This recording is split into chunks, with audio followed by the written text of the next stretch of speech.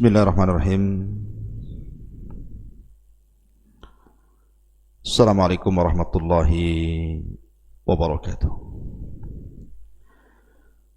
Alhamdulillah wassalatu wassalamu ala Rasulillah wa ala alihi wa sahbihi wa mawalah wa la haula wa la quwata illa billahi wa ba'du. Qala Allahu azza wa jalla ya ayyuhalladzina amanu taqullaha haqqa tuqatih wa la tamutunna illa wa antum muslimun amma ba'du. Ma'asyiral muslimin yang dimuliakan Allah Subhanahu wa taala, pembahasan di pagi hari ini kita akan membahas kemana tempat kembali bayi-bayi orang kafir ataupun musyrik ketika mereka diwafatkan.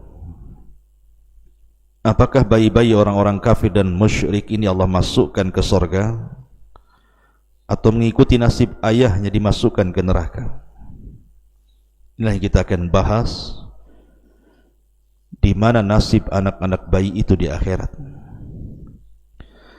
Ma'asyiral muslimin yang dimuliakan Allah Subhanahu wa taala, ketika Nabi sallallahu alaihi wasallam dimi'rajkan Allah Subhanahu wa taala, dari hadis Samurah radhiyallahu an, kita tahu bahwa Nabi sallallahu alaihi wasallam berjumpa dengan banyak para nabi. Nabi sallallahu alaihi wasallam berjumpa dengan Adam. Kemudian Nabi sallallahu alaihi wasallam berjumpa dengan Nabi Allah Yahya dan juga Isa. Kemudian Nabi berjumpa dengan Nabi Allah Idris. Kemudian berjumpa dengan Harun, dengan Musa.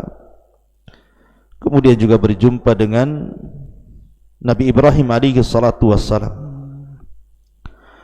Lah ketika berjumpa dengan Nabi Allah Ibrahim, dan dia nabi yang paling mirip dengan Nabi sallallahu alaihi wasallam, maka Nabi sallallahu alaihi wasallam dijelaskan dalam hadis Samurah, ra'a ma'a Ibrahim alaihi salam auladal muslimin wa auladal musyrikin.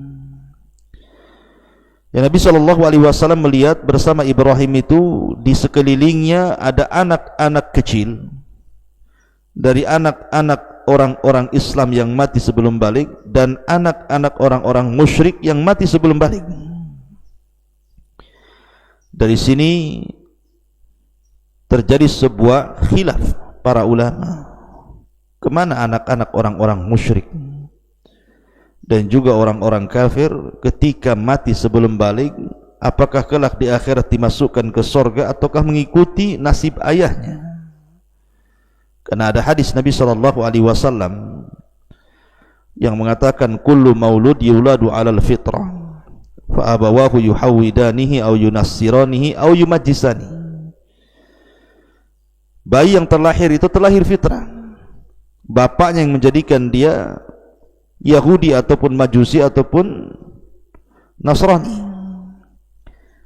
Ma'asyiral muslimin yang dimuliakan Allah Azza wa Jalla, pendapat yang pertama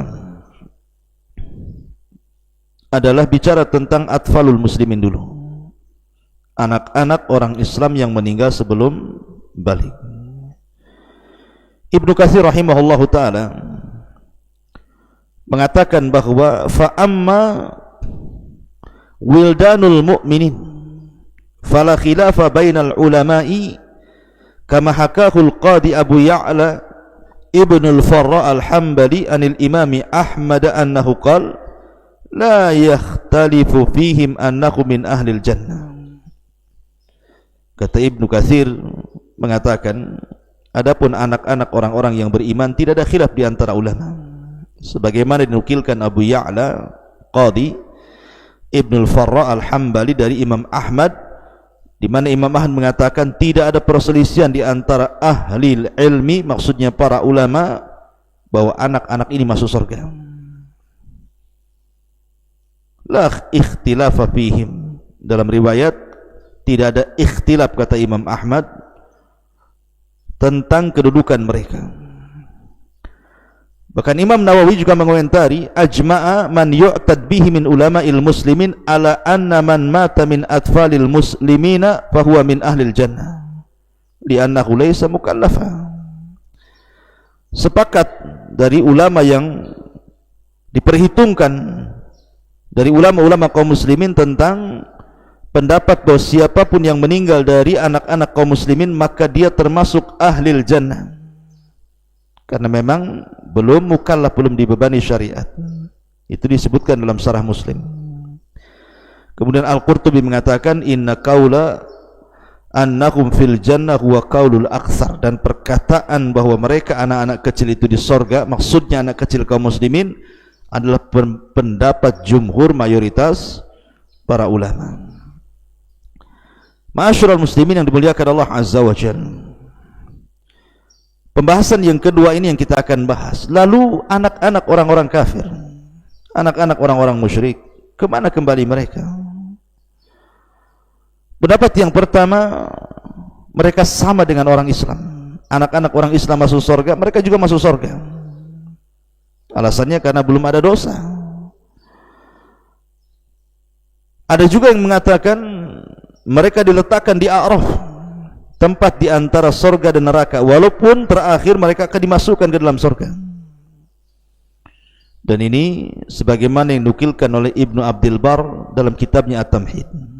Dalilnya hadis Samurah tadi, seperti yang dikisahkan bahwa Rasul berjumpa dengan Jibril, Nabi SAW berjumpa dengan Ibrahim, kemudian di sekeliling Ibrahim itu ada anak-anak kaum muslimin dan juga ada anak-anak orang-orang musyrik.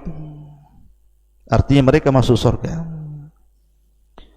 Ma'asyiral muslimin yang dimuliakan Allah Azza wa Jalla. Kemudian pendapat yang kedua, bahwa mereka mengikuti ayahnya, mengikuti ibunya, mengikuti orang tuanya. Kalau orang tuanya masuk neraka, mereka masuk neraka. Kalau orang tuanya masuk surga, mereka masuk surga. Dan ini yang dinisbatkan kepada Qadi Abu Ya'la, sebagaimana yang disebutkan dalam kitab Hasyiah Ibnul Qayyim terhadap Sunan Abi Dawud. Dalilnya adalah hadis Salamah ibn Qais al-Ashja'i. Dia mengatakan, ataitu ana wa akhi an-nabiy sallallahu alaihi wasallam. Aku pernah mendatangi Nabi, aku dan saudariku dan saudaraku. Fakulna, kemudian kami katakan, inna ummana matat fil jahiliyah. Rasul, ibu kami meninggal di zaman jahiliyah, dan ibu kami ini tuqri'udh dhaifa, suka menghormati tetangga, wa talsilur rahim, suka menyambung silaturahim, wa annaha wa'dat ukhtan lana fil jahiliyah. Tapi sayang dia pernah menguburkan anak perempuan yang merupakan saudara kami di zaman jahiliyah, dan anak itu lam tablughul hanas, tidak sampai balik, dia sudah mati, dikubur hidup-hidup. Maka Rasul mengatakan, al-wa'idatu wal mau'udatu finnar illa an tudrikal wa'idatal islam fataslam. Maka orang yang membunuh bayi itu, dan bayi itu di neraka, kecuali bayi itu hidup dan menemui Islam dan dia masuk Islam. Nah, hadis ini dihasankan oleh Al-Hafidz Ibnu Katsir dalam tafsirnya. Kemudian juga diterima oleh Ibnu Abdul Bar dalam kitab At-Tamhid. Dan ada hadis-hadis yang menguatnya, tapi sebagiannya dhaif. Artinya dari sini berpendapat mereka tetap masuk neraka. Kemudian yang ketiga, tawakuf.